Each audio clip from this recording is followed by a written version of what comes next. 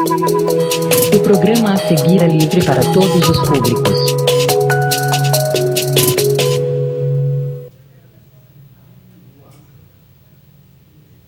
Boa noite a todos e a todas. É com muita alegria que começo mais um programa Mônica Sertã, aqui nos estúdios da TV Orkut. Estamos ao vivo e vocês podem participar através do site que estão nos assistindo. Ontem foi a comemoração do Dia das Mães, né? E o Dia das Mães eu acho que é todo dia, né? Então, para as mães presentes, as mães ausentes, né, a minha oração, os meus cumprimentos, né, pedindo a Deus que as ampare, as proteja e que dê uma vida iluminada para que possam constituir e criar suas famílias sempre no caminho do bem. Né? Antes de dar início ao tema do trabalho, do programa de hoje, eu gostaria de contar que durante o final de semana eu passei por uma situação no Banco do Brasil que eu acho que é importante divulgarmos, porque as pessoas não conhecem o que é o Papa Cartão. Então, o meu cartão ficou preso, né? A gente consegue passar na tela? Esse aí é o Papa Cartão, né? Ele é acoplado, vou passar só 3 fotos. Ele é acoplado, ele fica acoplado à máquina, né? Podemos o seguinte, aí aonde parece que tem algum sensor, alguma coisa, isso eu ainda não entendi direito, né? Que eles clonam os dados do cartão e ali é onde o Papa Cartão, como é popularmente chamado, fica. Então serve de alerta, né? Quer dizer que quando chegar num banco e o cartão ficar preso, não saiam e deixem o cartão lá e nem telefonem para aquele telefone que aparece na tela e achem que estão se comunicando com o Banco do Brasil. No meu caso, não foi com o Banco do Brasil que eu me comuniquei pela primeira vez e nem consegui chamar a polícia. De modo que eu acho que é trabalhoso, é cansativo ter que chamar a polícia, ter que ir para a delegacia, fazer queixa, né? Quer dizer, poucas pessoas nos apoiam numa atitude dessas, mas é uma atitude cidadã, porque sendo assim, a polícia tem elementos para agir e a sociedade cobrar. Se todos fizerem o que eu vi, porque eu vi a polícia parar nos bancos, em outras agências do Banco do Brasil e tirarem o Papa Cartão com o cartão que as pessoas deixaram lá e levarem para a delegacia para abrir inquérito. Então, se todo mundo denunciar, a gente talvez consiga maior segurança nos bancos, né? Porque nós somos clientes e devemos exigir, né, que a gente tenha segurança. Eu não fui tirar dinheiro em qualquer lugar, eu fui tirar dinheiro por necessidade numa agência do Banco do Brasil no caixa eletrônico. Bom, fica a dica, prestem atenção, todo cuidado é pouco, porque os golpes evoluem, mas se a gente começar a falar sobre eles, a gente não cai num golpe desses, né?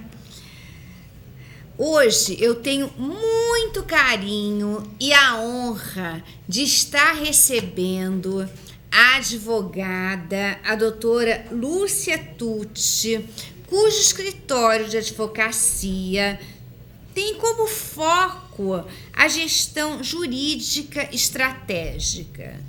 Doutora Lúcia, bem-vinda. Boa noite. Muito obrigada, boa noite. Né? É uma honra recebê-la aqui em meu programa e eu tenho certeza que com seus brilhantes conhecimentos, que hoje as pessoas vão ter oportunidade de conhecer, né? E poder conversar, vai ser de muito proveito para todos e para todas. A honra é toda minha, eu fico muito feliz com o convite e espero poder contribuir. Lúcia, conta pra gente, quer dizer, como é trabalhar com advocacia de resultados? O que é isso? A advocacia de resultado é um nome que não é uma novidade, né? Mas, enfim, o significado disso é olhar para a questão, para o problema jurídico e pensar da onde eu estou vindo, para onde eu vou, o que eu quero disso, o que nós vamos fazer com o problema, qual é a real solução e se eu tenho condições de realmente encontrar essa solução. E se essa solução é ou não viável. Porque, às vezes, a solução jurídica existe, mas ela pode não se tornar possível, ou seja, eu posso não alcançá-la. Ou, se eu alcançá-la, eu posso não conquistá-la, enfim.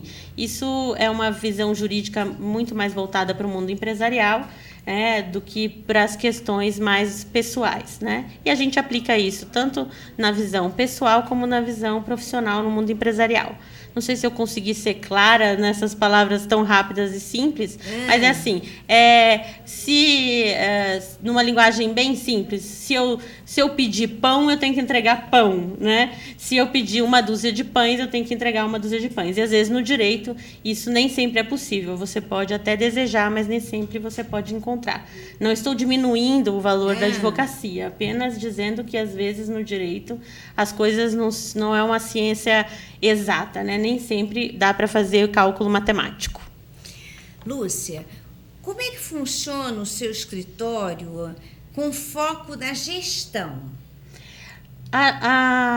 Hoje em dia a gente já ouviu muito falar nas faculdades com curso de gestão empresarial, né? Então eu digo que no direito e na justiça a gente tem que ter foco também em gestão, que é ter produtividade e resultado, que é exatamente isso que eu acabei de dizer. Então, nós olhamos para o direito e para a gestão jurídica estratégica, que é um nome que eu batizei, a forma de você gerir, no sentido de sempre encontrar o resultado, ou seja, eu uso todos os elementos de gestão da administração para que, através dele, até aquilo que eu posso dar de dados estatísticos, matemáticos, econômicos, tudo que eu puder transformar em dados matemáticos e econômicos dentro do direito, eu vou me esforçar para fazê-lo, para poder entregar aquilo que é uma expectativa do gestor que está nos contratando na área jurídica. Lúcia, o seu escritório é inovador, né? Sim. Porque a gente não encontra. Eu, por exemplo, não conheço outro escritório que trabalhe dessa forma, né? Então, você está de parabéns. E quais outras ferramentas que são importantes para a gestão dos escritórios de advocacia?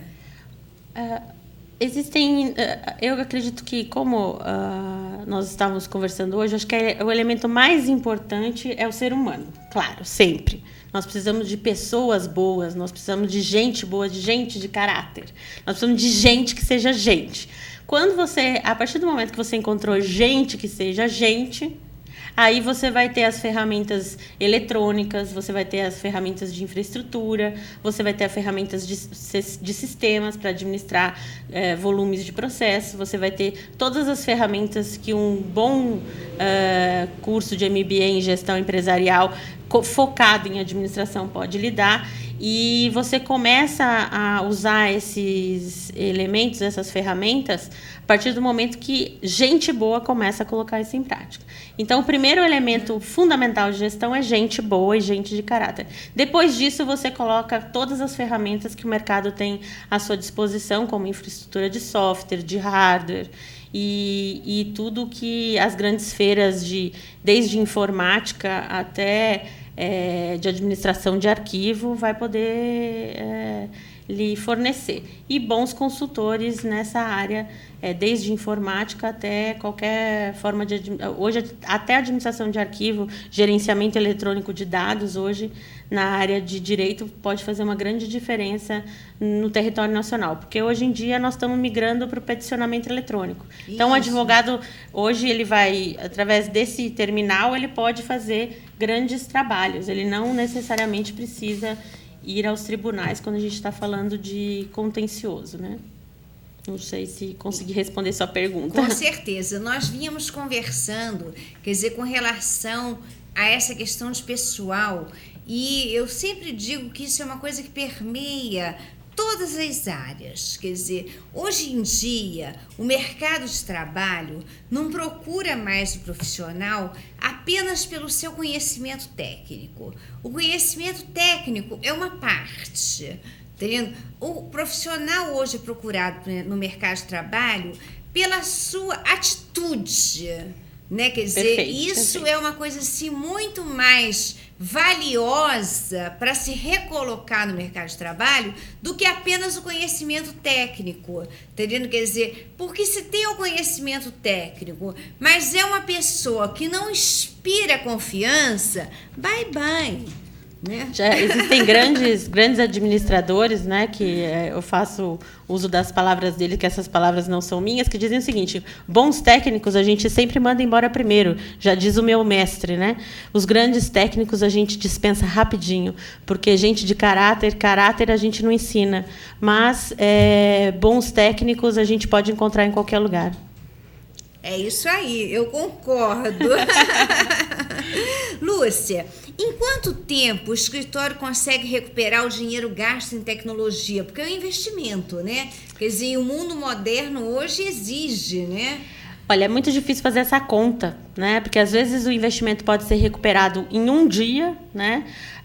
Em um mês, às vezes ele nunca é recuperado, porque depende do tamanho do prejuízo, o que você enfrenta de problema. Em termos de segurança, às vezes a falta de investimento, o tamanho do prejuízo é irrecuperável.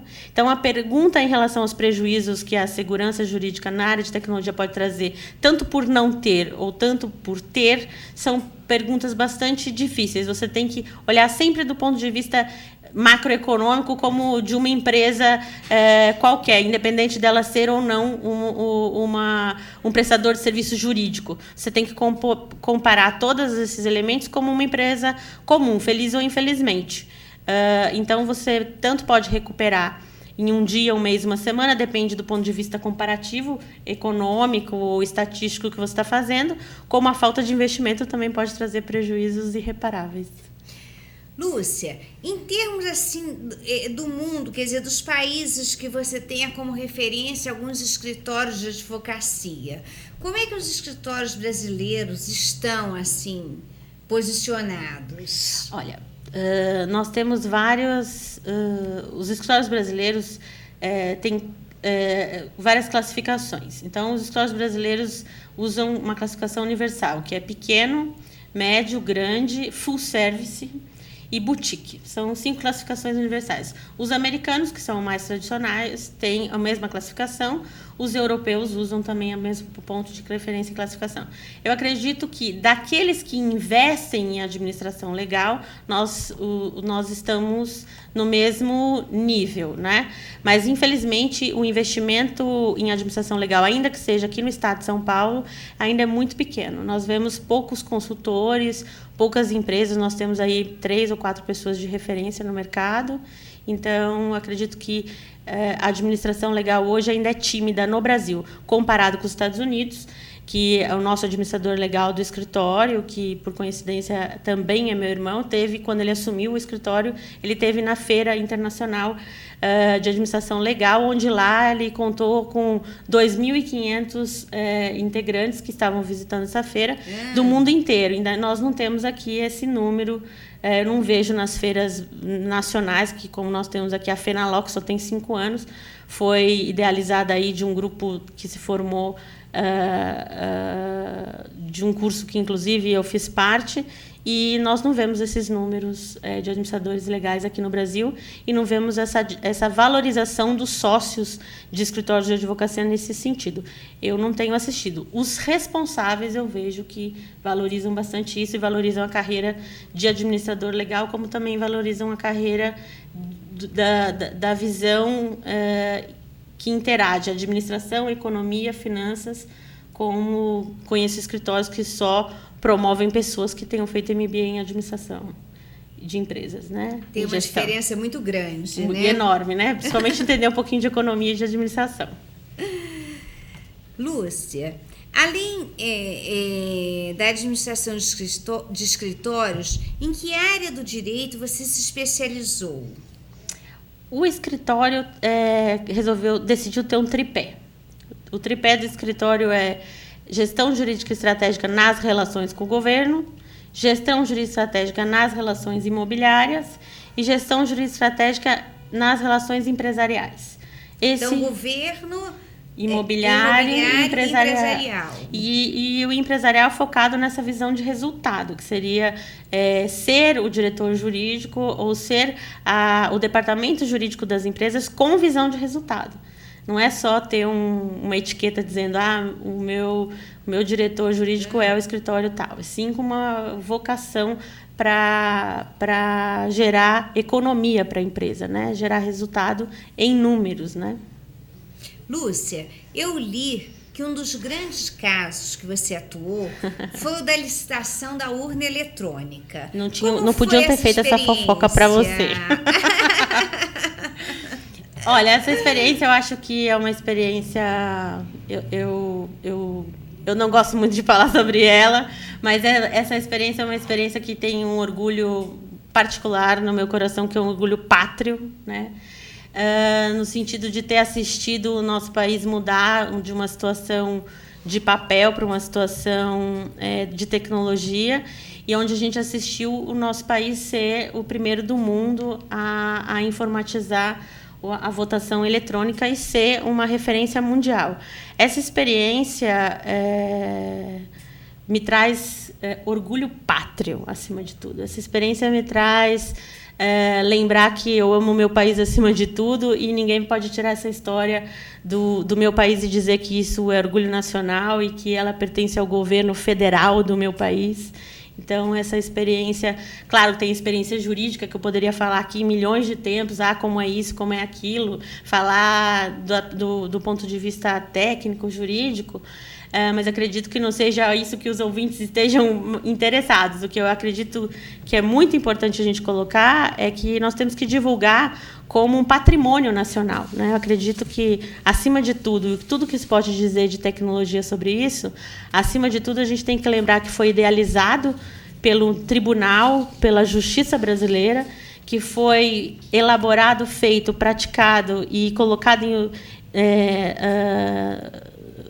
executado, feito por Made in Brasil, né? Eu acho que isso é muito importante, que todos os elementos que fizeram com que isso virasse um trabalho que é um ponto de referência para o mundo, foi feito aqui. Então, o que eu posso falar dessa experiência é que ela é incomparável e eu acredito, e eu gostaria que o país tivesse orgulho disso e lembrasse que, seja o que for, possam dizer o que falarem a respeito da tecnologia envolvida nisso, a gente tem que lembrar que o nosso país construiu algo de referência nacional e eu acho que isso é o mais importante. Parabéns, Lúcia. Realmente a gente tem orgulho de estarmos na frente. Espero que a gente continue. Com certeza. Nós temos aqui uma participação do Marco Antônio. Olá, que programa maneiro, hein? Aqui em Ourinhos está todo mundo ligado. Manda beijos, Marco Antônio. Marco Antônio, beijos e obrigada por vocês estarem nos assistindo e participando. Sou o Carlos de Suzano e não perco seu programa. Seu programa está de parabéns, estou amando, viu? Sucesso. Obrigada, Carlos, também por participar. Mônica, parabenizo-la pelo sucesso do seu programa. Você é uma grande dama. Me diga o que achas da política atual da presidente Dilma Rousseff. Eu acho que ela está tendo uma postura muito elegante, né? E está sendo muito firme na condução dos negócios. Mas hoje não é o tema do programa. Vamos em frente. Oba, que programa 10. Parabéns por seu programa e convidados. Adorei, beijinhos. Obrigada. Oi, sou a Nívia de Itaquera e gostaria de parabenizar seu programa e todos aí. Eu nem tenho palavras para elogiar esse programa. Mesmo assim, parabéns para todos aí.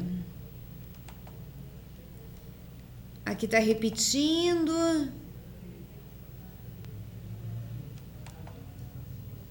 Sou Kátia, de Itaquera. A turma do Chaves também foi e será top e seu programa também. Beijos. Obrigada, Kátia. Sou o Carlos de Itu e estou assistindo o seu programa. Manda beijos para nós aqui. Beijos para essa turma aí. Obrigada, Carlos, por estarem assistindo. Olá, meu nome é Tiago. Meu nome está no Serasa há 5 anos. Eu queria saber se depois de 5 anos o nome pode ficar limpo. Tecnicamente poderia. Quer dizer, você tem que procurar o Serasa. Tecnicamente poderia, né?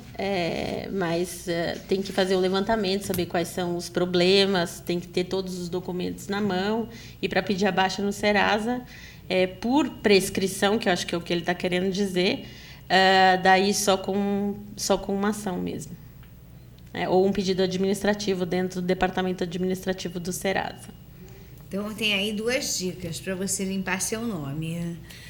Avançando no tema do programa de hoje, né? Vamos falar sobre direito eletrônico.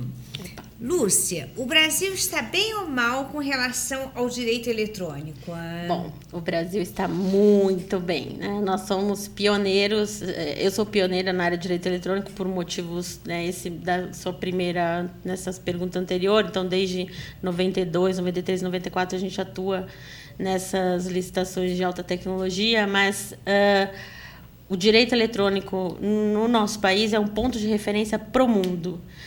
Nossos tribunais, ao contrário do que a gente tem visto na mídia geral, nós temos mais de 5 mil julgados, dizem até que são 56 mil julgados, em termos de direito eletrônico, tomando por base desde direitos autorais até problemas como esse que você colocou aqui no começo do programa, no sentido de garantir os direitos dos usuários, seja por prejuízo de calúnia, injúria, difamação, seja por prejuízos financeiros. Hoje, o comércio eletrônico está na internet, né? Está nos meios eletrônicos. Nós estamos aqui, você está recebendo os e-mails online, eu estou aqui recebendo as comunicações, ou seja, nós estamos num mundo totalmente interativo. E o nosso país, querendo ou não, nós somos o maior parque instalado em termos de referência do mundo. A gente talvez perca só para a China, talvez, ou para o Japão, deles juntos, né? Mas mesmo assim, em termos de consumo, em termos nós somos o país que mais consome nesse sentido, com uma população ativa nesse sentido. Então, nós demandamos mais do judiciário. Então, o judiciário brasileiro está mais bem preparado nesse sentido, apesar de ser uma matéria totalmente nova. Então, em termos de direito eletrônico, o nosso país hoje é uma referência mundial. Tanto que a gente está exportando jurisprudência para o mundo. Olha, você acredita, quer dizer, esse avanço ao grande consumo? Eu acredito esse avanço a uma questão de necessidade do nosso país e do consumo natural. Assim, nós temos a maior quantidade de cartões eletrônicos, quantidade de aparelhos de telefone, né? Eu acredito aos aparelhos de telefone, à telefonia, à rede de dados, de voz e ao consumo. Lúcia, a impressão que temos é que o crime virtual é mais difícil de ser provado e, consequentemente, de ser punido. O que você teria a dizer sobre isso? Hoje é um dia muito bom para falar sobre isso e sobre essa pergunta, né? Porque ontem a gente assistiu, para quem viu nas TVs abertas, a gente assistiu uma descaracterização dessa ilusão, né? Ou seja, tiveram algumas fotos que foram, entre aspas, retiradas do domínio de uma pessoa, de uma artista conhecida, e que a Polícia Civil Paulista foi atrás dos responsáveis e os encontrou. Claro que essa velocidade da data em que aquela artista foi até uma autoridade policial e em 2 semanas os autores desse crime foram encontrados, na verdade, essa velocidade não é tão comum, né? A perícia normalmente tem um tempo de maturação maior, mas é sabido pelos noticiários que ela vinha sendo vitimada desse problema há 2 meses. Então, nós não estamos falando de um problema de 2 semanas, nós estamos falando de um problema de 2 meses e 2 semanas. Então, é a ilusão de que a impunidade ficará às claras. Eu acho que, recentemente, na data de ontem, nós vimos isso em TV aberta em rede nacional. Então, isso foi um exemplo.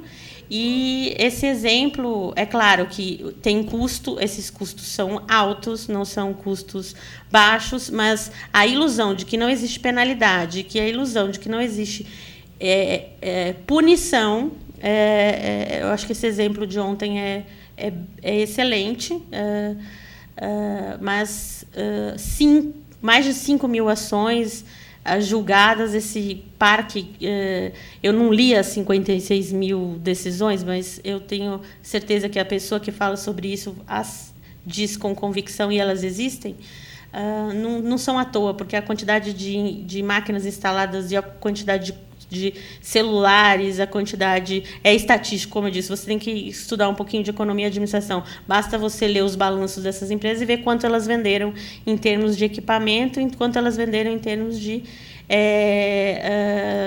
software. Não só de software, como notebooks, celulares, e tudo isso vai ajudando a que esses problemas aconteçam, né? Então, é ilusão dizer que não existe punição nos crimes eletrônicos.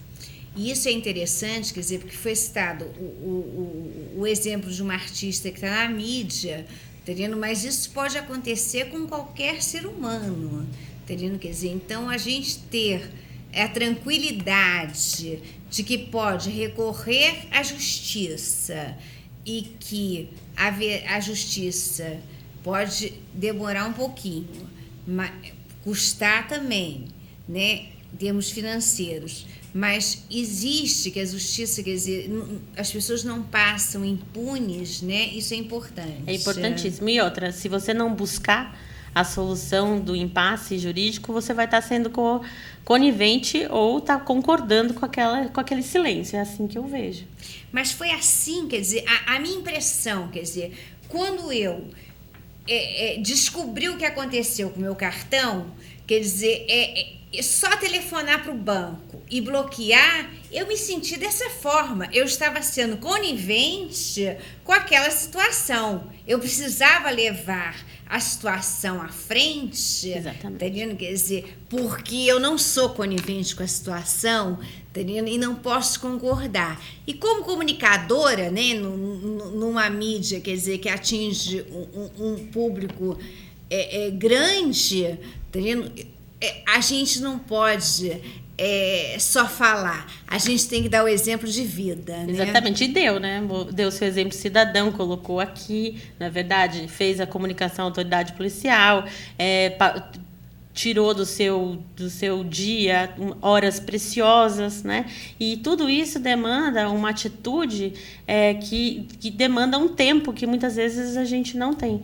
E quando você fala de direito eletrônico, de crime eletrônico e todo esse envolvimento com a alta tecnologia, você demanda um investimento que precisa ser desgastado ou usado ou investido, né? O que a gente tem visto é o seguinte: o ser humano não deixa isso impune nunca. Quando você tem uma situação, quando lida com o seu filho, com uma pessoa da sua família, com o seu sobrinho, com o ente querido, quando lida com os crimes contra a honra, né, principalmente calúnia, injúria, difamação, ainda que seja com o seu dinheiro, né, o dinheiro, o valor monetário, ele é ele é recuperável, porque ele tem um bem maior, que ele tem uma proteção jurisdicional diferente. Mas a partir do momento que o bem da vida e a sua integridade física, moral, é colocada sobre um outro patamar, então isso muda. E o direito eletrônico, essa maquininha aqui, essas maquininhas, elas dizem o seguinte, hoje está em discussão juridicamente se você tem ou não direito a esquecimento. Será que você tem o direito ao esquecimento? Será que você tem o direito a um jornal velho? Né? Não existe jornal velho na internet. Né? Então, com a responsabilidade dos pais, a partir do momento que você cede um equipamento para uso de um menor, o pai é o não responsável. Então, esse negócio está só na lei. Né? A educação é algo que está na regra legal ou é algo que tem que sair de dentro de casa? Como que funciona isso? Então, o direito eletrônico ele acaba interagindo em algo que às vezes a gente não tem consciência, não para pensar, que é dentro da família, né? Então, isso tem acontecido. Nós temos visto muitos pais sendo responsabilizados, indenizando outras famílias. Nós temos visto muitos educadores sendo surpreendidos nas suas próprias escolas, pedagogos, enfim, no sentido dele ser responsável pelo que acontece dentro do ambiente escolar, onde são usados esses equipamentos no horário da educação, no horário em que as crianças estão na escola. E aí existe corresponsabilidade do pedagogo, existe corresponsabilidade daquela instituição de ensino onde ele está disponível. Então, a população muitas vezes acaba não olhando para isso. E é exatamente isso que a gente faz na Comissão de Crimes de Alta Tecnologia e Direito Eletrônico da Ordem dos Advogados do Brasil. A gente, aqui na Seção São Paulo, procura, nos debates, levar essa consciência à população como uma forma de cidadania, para lembrar que nós estamos vivendo um mundo novo, mas nós continuamos habitando esse planeta. E a gente é que tem que fazer essa diferença. Então, não sei se consegui responder ao mais claro possível da pergunta, mas é muito importante que, com essa população maravilhosa que a gente tem e com esse Brasil tão criativo, a gente pode fazer grande diferença e exportar as soluções também, não só os problemas para o mundo, né? Isso é importante. Lúcia, quer dizer, hoje, quando a gente fala em demanda dos consumidores, quer dizer, com o aparecimento dos sites de compras coletivas, virou uma febre, né? Uhum. Quer dizer, porque eu mesma sou usuária e já tive N problemas, né? E o que você tem a nos dizer desses sites de compras coletivas? As dicas sobre os sites de compras coletivas são simples. Sempre procurar sites que ofereçam maior segurança, O que é um site seguro? Site que tenha um ponto de referência de uma empresa conhecida, que essa empresa tenha sede regular, que seja uma empresa que tenha relação com o nosso mundo não virtual, né? O nosso mundo da vida prática do nosso dia a dia. Às vezes, essas ofertas que são tão maravilhosas, né, de preços tão convidativos, né? Como é que ele conseguiu construir aquele preço tão convidativo, não é verdade? Não existe milagre em relação à carga tributária, não é verdade? Então, como é que ele conseguiu adquirir aquele produto? O que a gente vê normalmente nas delegacias do consumidor é o seguinte: eu comprei um mês antes do Natal, mas ele não me entregou, é janeiro, é fevereiro, meu pai ficou sem o presente, poxa. Mas a vantagem econômica era de quanto o tamanho? Então, as compras via eletrônicas, a maior dica que a gente pode fazer é que as pessoas tomem muito cuidado aonde elas vão colocar suas senhas, onde elas vão colocar os seus códigos de cartão e procure escolher os sites com os elementos de segurança das empresas mais conhecidas publicamente, que tenham lojas abertas, que tenham locais onde fisicamente eles possam se dirigir e fazer as reclamações. É claro que eu não estou dizendo para não comprar mais barato, não é isso, mas que tenha alguma fonte de informação que possa dar a solução, né? Mas se não encontrar e quiser arriscar, né, aí a Delegacia do Consumidor também não vai conseguir fazer grandes milagres, né? Vai precisar da Polícia Civil e do pessoal ali da área eletrônica e da investigação para poder encontrar o autor ou quem é que está fazendo essa oferta. Não, é um problema. Quer dizer, uma vez não comprei, não foi um site de oferta. Comprei um filtro, né? Só que eles cobraram 3 e entregaram na minha casa 2. Eu comprei 1, né? E era uma loja que existe, né, fisicamente, né? De modo que foi um desgaste muito grande, mas eu consegui resolver, né? Outra vez eu resolvi procurar um celular para uma pessoa da família que me deu uma especificação e comprei também pela internet num site amplamente conhecido, né? Esse site tem várias lojas que vendem. Recebemos o produto e verificamos que o produto não era original, não tinha certificado de garantia, né? E devolvi imediatamente o produto. Eu comprei um produto, devolvi o produto comprado, né?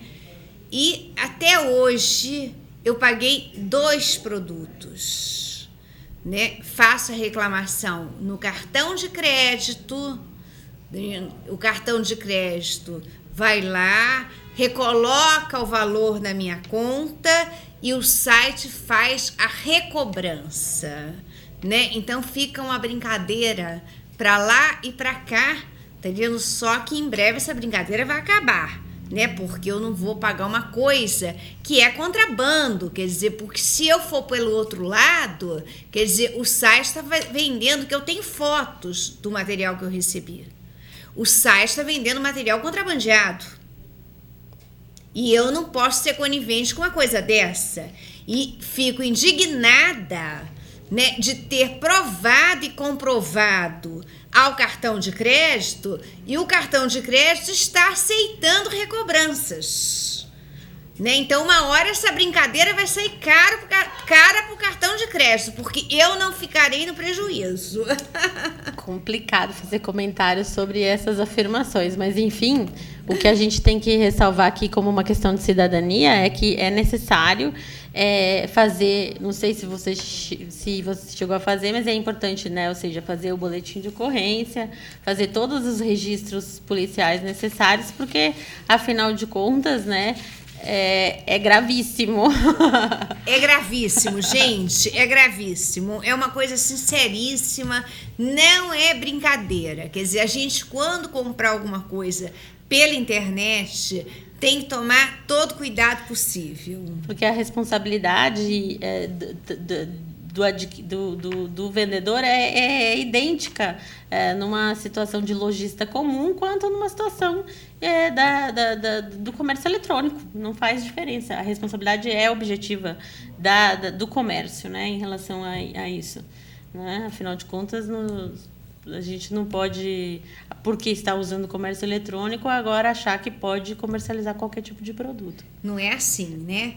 Depois, quer dizer, a gente tem aquela mania, tem endereço, tem porta aberta, não sei o que, quer dizer, a internet também tem endereço, né? Então... É uma ilusão eu achar que a internet não é um mundo onde a legislação não vai atingi-los. Como eu disse, a quantidade de decisões judiciais no Brasil impedindo essa impunidade é a maior do mundo. Falando nesse assunto, Lúcia, sobre direito eletrônico, quer dizer, isso está mudando a realidade das pessoas, né? Perfeito. Como é que você definiria o direito eletrônico? Nossa, boa pergunta. Na minha visão, o direito eletrônico é uma nova forma de vida. Até as autoridades, as escolas de direito, as academias de direito, todos eles vão ter que se reformular, porque ele tá reeditando, reformulando as relações tributárias. Afinal de contas, você pode entregar a sua declaração de imposto de renda até às 23h59, não é verdade?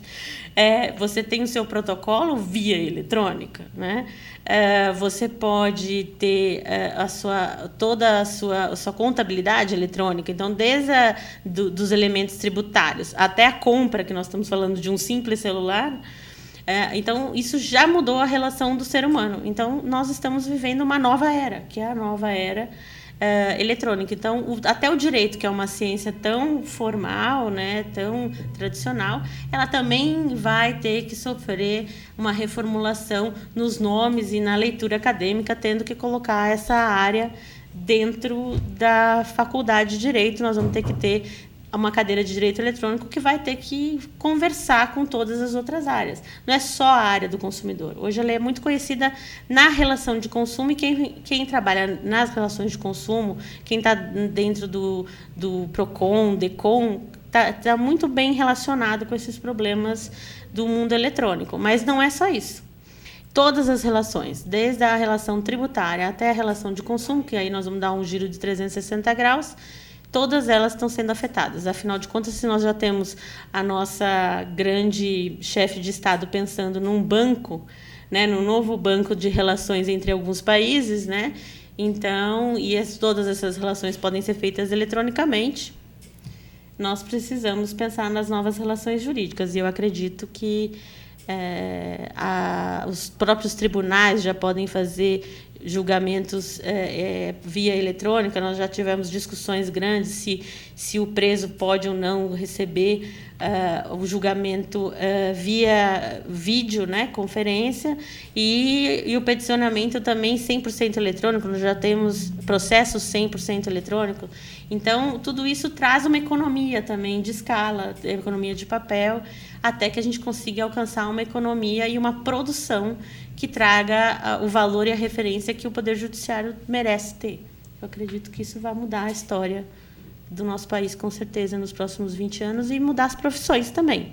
Acredito que a gente vai assistir profissões novas, como o perito forense, o perito eletrônico forense, que serão personalidades tão necessárias, se não mais necessárias, do que um oficial de justiça, do que um escrevente de sala, que hoje a gente vê tanto no judiciário, ou as nossas famosas assistentes secretárias. Na verdade, nós teremos gestores com visão eletrônica, onde ele vai precisar de um conhecimento eletrônico diferenciado, como a gente já tem por conta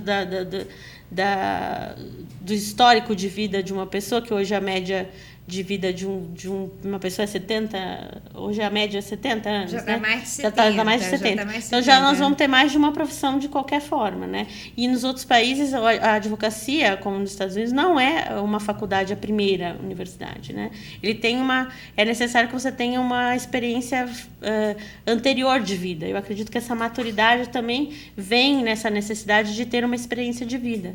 Então, o direito também vai trazer isso para o profissional. Ele também vai precisar de outras experiências, como eu afirmo até na nossa maneira de trabalhar, que precisa ter a visão de gestão, a visão administração, a visão finanças e a visão eletrônica.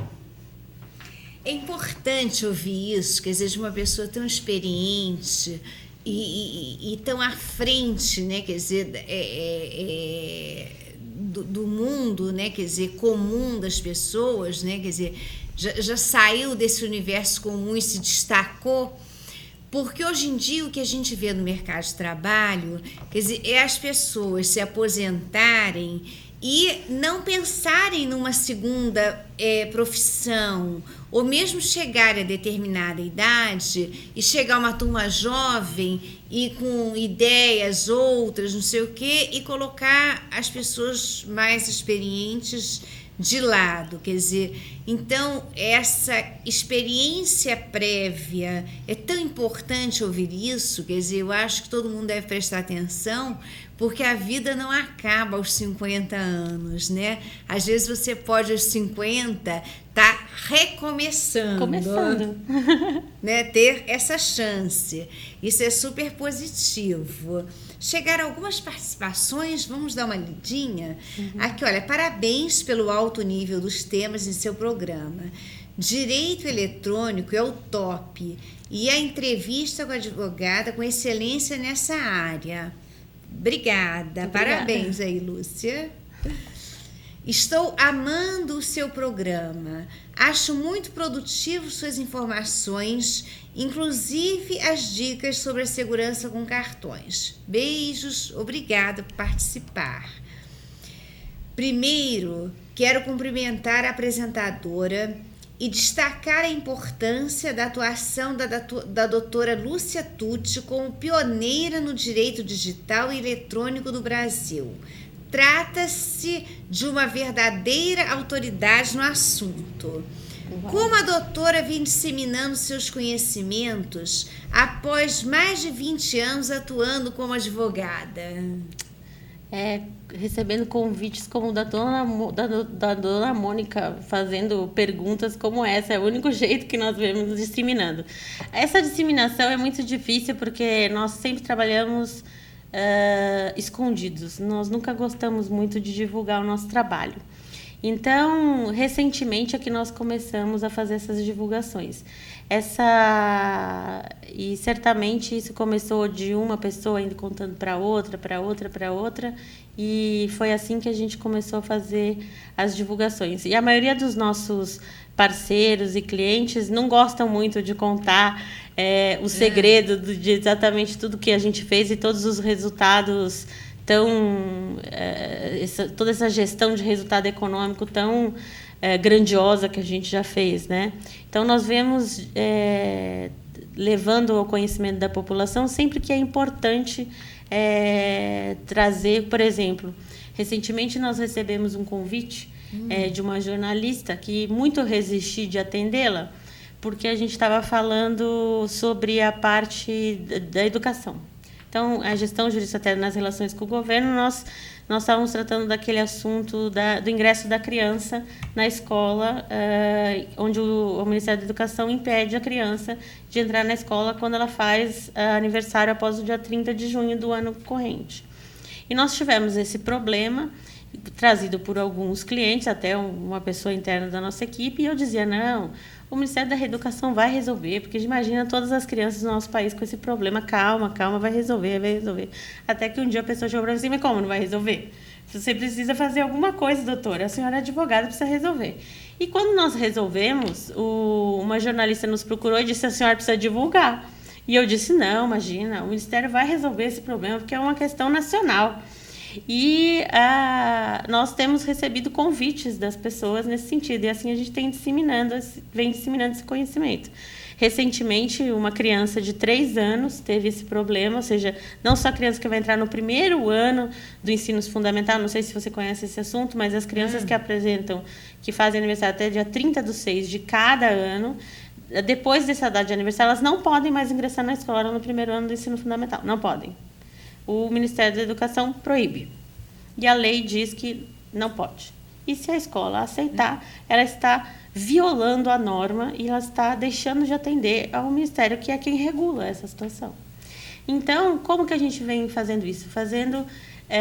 No caso da educação, nós temos recebido as pessoas que têm sido violadas nesse direito e temos divulgado e recebendo todas as pessoas que assim têm esse problema, e com a questão de cidadania temos dito como que se faz isso, ou seja, é necessário entrar com uma medida corretiva no sentido de solicitar ao Poder Judiciário socorro para que essas crianças tenham esse atendimento, para que elas possam ser inseridas na educação. Até os neurocientistas vêm dizendo, não sou eu como educadora, que não sou educadora, mas consultei neurocientistas, psicólogos, terapeutas e psiquiatras, que são os especialistas, e pedagogos, no sentido, reunimos todos esses cientistas da educação, até os neurocientistas, e pedi para que eles dissessem, e disse, senhor juiz, todo mundo disse aqui que essa norma, a criança precisa que os neurônios sejam explorados, né? E quem explora isso é a pedagogia, através da pré-escola. Então, se você impede uma criança de 3 anos ou de 6 anos de ir à escola, você está impedindo que os neurônios dela sejam estimulados à criatividade. E, no nosso caso, está estimulando a falta de criatividade no meu país, porque se meu país é criativo, não é verdade? Lógico. Então, e isso viola um artigo 5º da Constituição Federal. Então, como que a gente vem fazer isso? Vem explicando para as pessoas como se faz. E na parte de direito eletrônico, o que a gente tem feito? Esses 20 anos todos, né? Nós resolvemos nos dedicar à Ordem dos Advogados através da Comissão de Crimes de Alta Tecnologia e com o convite que recebemos da presidência.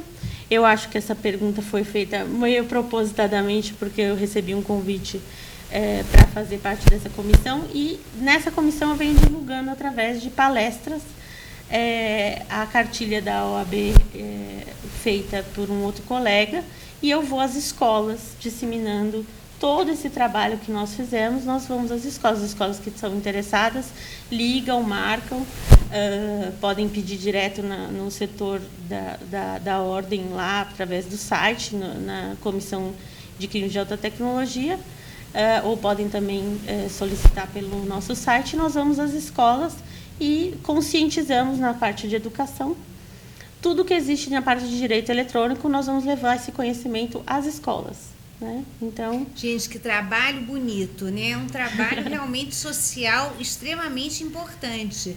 Quer dizer, as pessoas podem ter acesso através da OAB, quer dizer, do site da OAB. O site da OAB tem a cartilha que ensina como o uso inteligente e seguro da internet através de uma cartilha. Você pode baixar, entra no site da OAB, vai ter cartilhas. Lá tem a cartilha. Você baixa, faz um download da cartilha integral no seu computador, sem nenhum custo. Como também as escolas podem solicitar as palestras, e eu tenho disseminado esse conhecimento de 20 anos em direito eletrônico, fazendo palestras de atividade de responsabilidade social, né, nesse sentido. E a próxima que eu vou fazer é no dia 29 de maio, na seccional da OAB de Aguaí, né? E vou falar sobre aspectos gerais de direito eletrônico, a convite e a pedido do pessoal de lá, que também fez esse pedido ali através do Departamento de Cultura e Eventos. Então, a gente faz isso. A maneira de disseminar é essa, educando tanto na parte de relações com o governo, que seria na parte de educação, de não tirar as crianças da escola nesse sentido, e no direito eletrônico, levando todos esses 20 anos de experiência como ação de responsabilidade social. Fantástico, gente. E o seu site, Lúcia, www.luciatucci.com.br. TUCCI. TUCCI, luciatucci.com.br.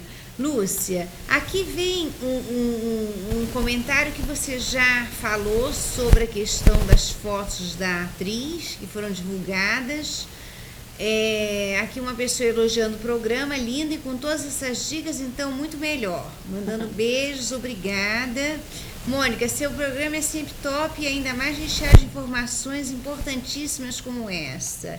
Agradecemos aqui a doutora Lúcia.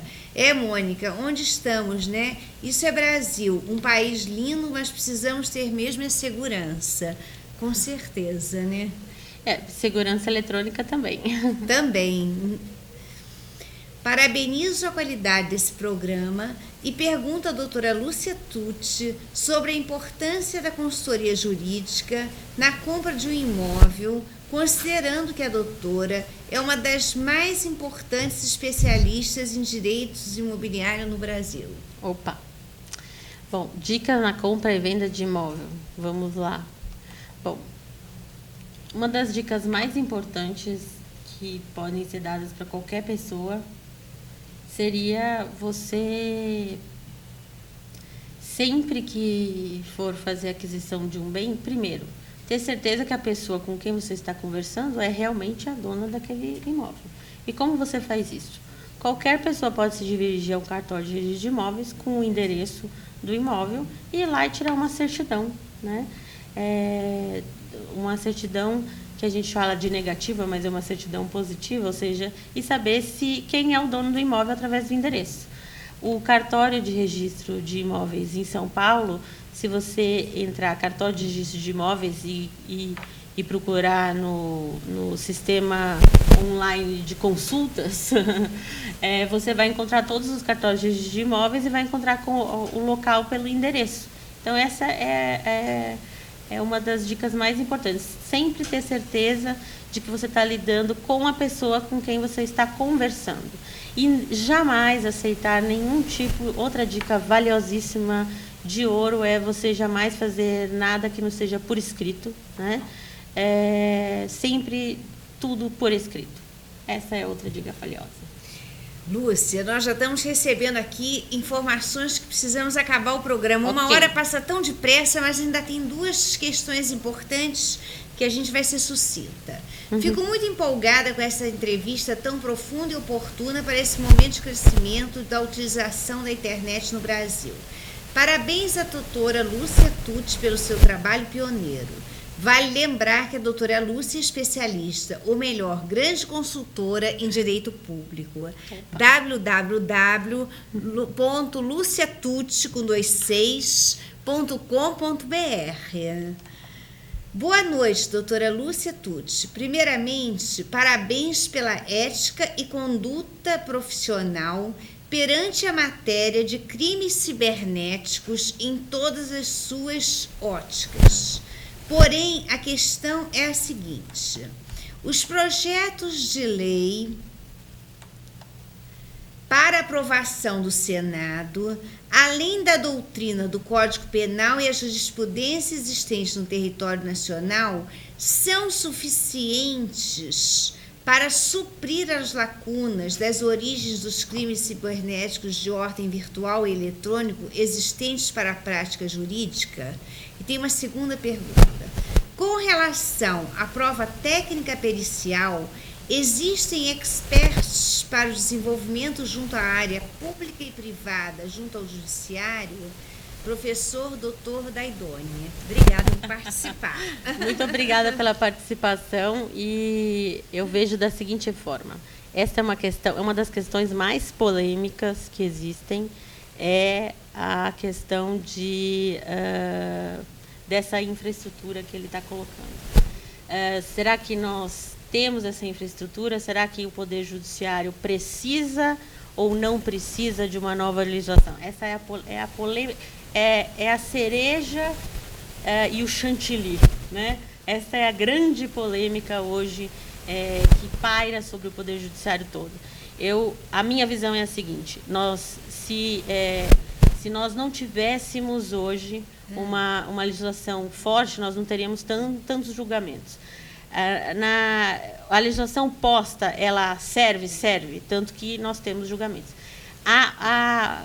Vamos falar na linguagem eletrônica de uma vez? Então, nós precisamos sim de um upgrade na legislação. Não é que eu não preciso de uma legislação para que a punição exista. Eu preciso de um upgrade na legislação para que a punição seja mais bem colocada. Ou seja, o fato de eu entrar num meio eletrônico que não seja meu, que este aqui é o meu meio eletrônico, aí eu estou permitindo que você olhe, mas se você veio aqui olhar e eu não permitir, então esta punição precisa de uma nova legislação, porque entrar no computador do outro e olhar o que tem no computador do outro não é crime. Agora, quando a pessoa fizer isso com a sua filha, você vai descobrir se é bom ser crime ou não, né? Quando a pessoa invadir o computador e levar dados a respeito da sua empresa, da sua família, ou que ele começar a comercializar coisas que sejam de valor moral para você, você vai descobrir que a legislação precisa de um upgrade.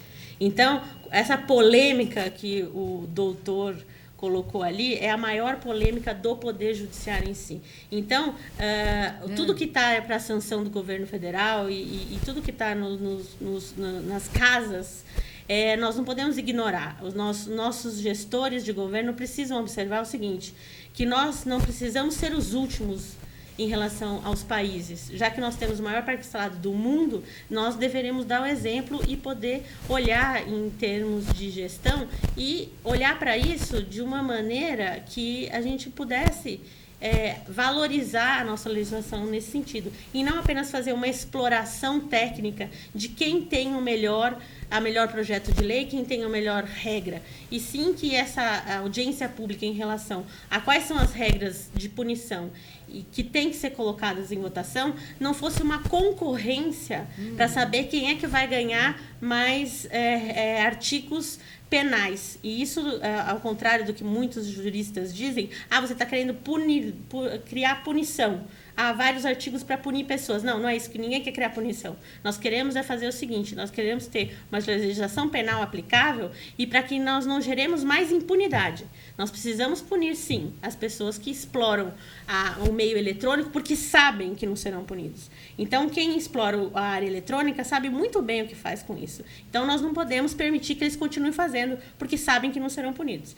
Recentemente, vou ser bem rápido, estive num congresso e que nós estávamos discutindo que a artista não teria nenhum problema porque a pessoa teria feito isso num site em Londres. E eu discuti muito com essa pessoa e disse, não, senhor, o crime foi praticado no Brasil, nós vamos encontrar e vamos puni-los. O exemplo está aí. E a outra pergunta dele, se a gente tem peritos para isso, eu acredito no seguinte, se não tiver, o professor pode, inclusive, ensinar vários outros peritos a se formar, porque ele também é um perito, mas, enfim, eu acredito que nós tenhamos o suficientemente a quantidade de escolas de tecnologia no Brasil, que nós exportamos a tecnologia de analistas, tantos analistas que nós temos aqui, de software, de hardware, eu não acredito que nós não tenhamos problema em ter peritos nesse sentido. Talvez tenhamos dificuldade de encontrar peritos de caráter, mas não teremos problemas de ter bons peritos no Brasil. Doutora Lúcia, o tema nós teremos outra entrevista, porque é fascinante o seu conhecimento. Eu disse no programa que a considero brilhante de inteligente, é um exemplo, e recomendo a todo mundo, www.luciatucci.com.br. Reitero os agradecimentos, meus parabéns. Obrigada. Sucesso hoje, sempre, e em breve estaremos juntas aqui de novo. Muito obrigada. E a todos e a todas, o meu muito obrigada, uma semana feliz e abençoada. Até segunda. São Paulo. Já chegou mais e-mail.